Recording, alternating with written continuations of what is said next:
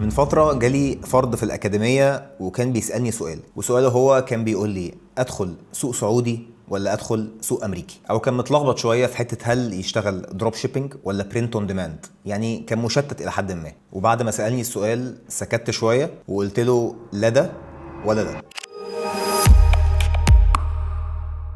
المشكله دايما اللي انا بقابلها بعد ما بتكلم مع اكتر من 1500 طالب عندي في الاكاديميه، مش ان انهي بيزنس موديل احسن من التاني، هي الفكره كلها بتقع في انهي بيزنس موديل هو فعلا مناسب ليك وتبقى انت عايز تشتغل فيه. وخليني اقول لك بصراحه من غير بقى اي تجميل، مش كل واحد تعبان في شغله او تعبان في حياته او حاسس ان هو محتاج يدي اكتر او يجيب فلوس اكتر مفروض عليه ان هو يبدا بيزنس، لان البيزنس ده لا هي ترقيه ولا هي تغيير في وظيفه ولا هو حل سريع لمشكله كبيره هي عندك، ولا هي هروب من واقع انك مش عايز تاني تشتغل في حياتك. وده اللي الناس كلها من كتر ما بتشوف بقى كلام على لينكد ان مثلا ان كل الناس بقت سي او انتربرنور، او ان هو بقى عنده فاتح شركه ايه مش عارف ايه، كل الكلام الظريف اللي الناس شايفاه دلوقتي حالا ده هي مش عارفه ان البيزنس ده هو 10 اضعاف اي مسؤوليه انت ممكن تاخدها. فلو انت فاكر انك بتخش بيزنس عشان تهدى او ما تتعبش بعد كده، انت غلطان. انت لا عندك اتش ار ولا عندك مدير يقول لك اعمل ده في الوقت ده، ولا عندك اصلا حد تلومه غير نفسك. وانا كده مش بخوفك، انا بوصف لك الوضع بتاع بني ادم عايز يعمل بيزنس او عايز يبدا ان هو يعمل حاجه لنفسه. لان عاده احنا بنقع في حته ان احنا عايزين نبدا بيزنس بس شايلين من دماغنا كل حاجه ممكن تتعلق بالمسؤوليه اللي بتقع على البيزنس ده ايا كان بقى نوعه هو ايه. وجزء كبير من الناس يحط تحتيها بقى مليون خط. انت لما بتيجي تعمل شغلك بتعمله في وقت معين عشان في حد بيضغط عليك انك تعمله في الوقت ده. هل انت عندك القدرة انك تفضل تكمل في حاجة انت مش شايف لها اي نتيجة لفترة كبيرة جدا من الوقت من غير ما حد يقولك اعمل ده في الوقت ده؟ وعادة الناس في الاول الحماسة بتاخدها وبتقول اه طبعا، لكن انت مش عارف قد ايه الموضوع ده صعب طالما انت ما عليكش رقيب، والرقيب الوحيد عليك انت وعلى التيم بتاعك هو نفسك. وده مش كلام بس من كتاب قريته ولا حاجة أنا شفتها في فيديو، ده واقع بيزنس أنا فيه بقالي 2.5 سنين، ونفسه هو البيزنس بس كان ليا أنا شخصيا بقالي 6 سنين فيه.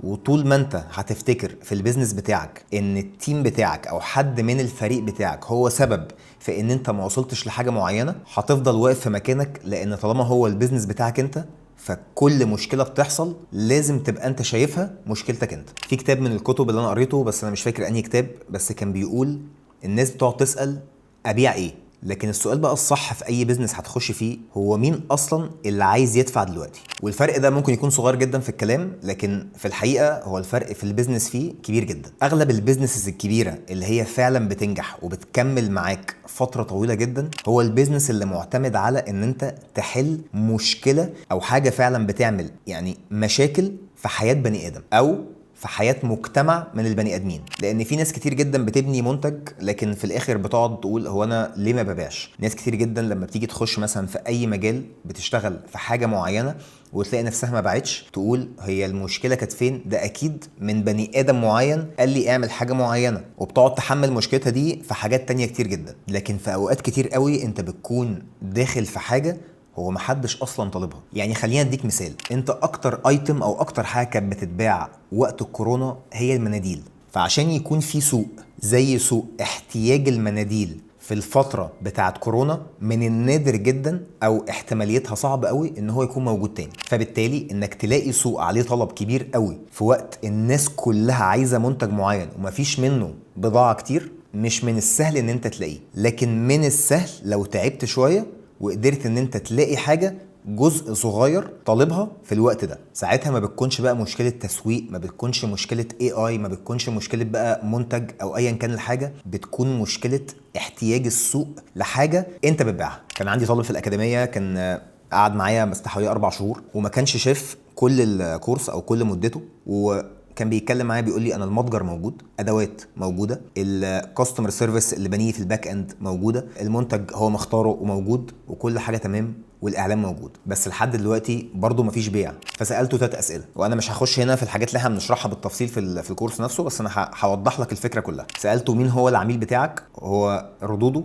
كان جنرال جدا. سالته هو ليه بيشتري منك، برضه ردوده كانت جنرال جدا. السؤال التالت بقى والاصعب اللي هو ليه يشتري منك انت، برضه كان مفيش رد، او الرد كان جنرال جدا. والفكره بقى في حاجه زي دي ان انت ساعات لو انت بتشتغل اونلاين، او ساعات وانت بتكون عايز تبيع حاجه اونلاين، بتنسى تماما ان البني ادم ورا الشاشه الناحيه التانيه اللي بيتفرج على اعلانك وبيتك على زرار هو اصلا بني ادم عنده احاسيس، عنده مشغوليات، بيفكر يدفع ولا ما يدفعش، عنده اقساط. واحده مثلا بتفتح الموبايل فشافت الاعلان، بس في نفس الوقت هي متكعبله في البيت في مش عارف ايه في بتاع. بني ادم طبيعي زيي وزيك بيتفرج على الاعلان بتاعك، فبالتالي عنده الاوبشن ان هو يشيل الاعلان ده دلوقتي عشان يعمل حاجه ويرجع بعد كده يفكر. وكل ما انت بتشيل حته ان في بني ادم ورا، او في احساس شخص ورا الشاشه اللي انت بتعمل عليها الاعلان، واخد الموضوع بطريقه ماتيريال قوي، طول ما انت ماشي في الاتجاه الغلط. لان انت مش عارف فعلا مين البني ادم ده اللي بيشتري منك وبيفكر ازاي،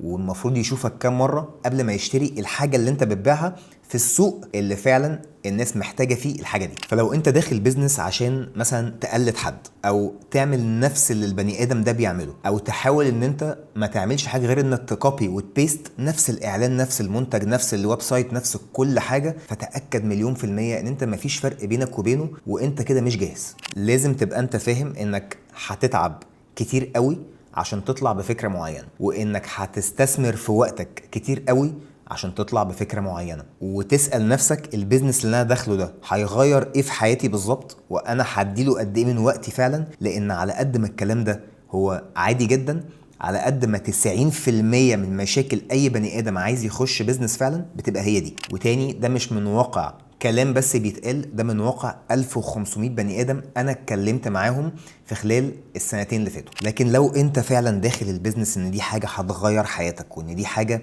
لازم تقعد تذاكر فيها وتضحي بحاجات تانية كتير من وقتك ومن صحابك ومن مجهودك ومن حاجات كتير جدا في حياتك هي اصلا موجوده دلوقتي، فانت كده يبقى ماشي على طريق صح، وفاهم الموضوع صح، وعارف ان الموضوع ما بيجيش من يوم وليله. فمن الاخر القناه دي هي مش معموله لكل الناس، هي معموله للناس اللي فعلا عايزه تبني حاجه لنفسها على اللونج تيرم. والقناه دي برضو مش معموله للناس اللي محتاجه انها تسمع كلام مريح، او ابقى بهودك بكام كلمه واقول لك انت تقدر تعمل ده وانت تقدر تعمل ده. ما تقدرش، خلاص هي حياتك. قادر تعمل ده برضو تمام، هي في الاخر برضو حياتك. بس اللي اقدر اوعدك بيه ان كل كلمه هتطلع في القناه دي هي كلمه صادقه عن بيزنس حقيقي بيحصل، ناس كتير جدا بتنجح فيه وناس كتير جدا برضو ما بتنجحش فيه، والاسباب الرئيسيه ما بين النجاح والفشل في ده وفي ده. لان عاده انك تعرف سبب فشلت ليه بيبقى اهم بكتير جدا عن انك تعرف سبب انت نجحت ليه. واكتب لي برضو في الكومنت ايه اكتر حاجه انت محتار فيها، وانا هرد عليك ان شاء الله في اسرع وقت ممكن.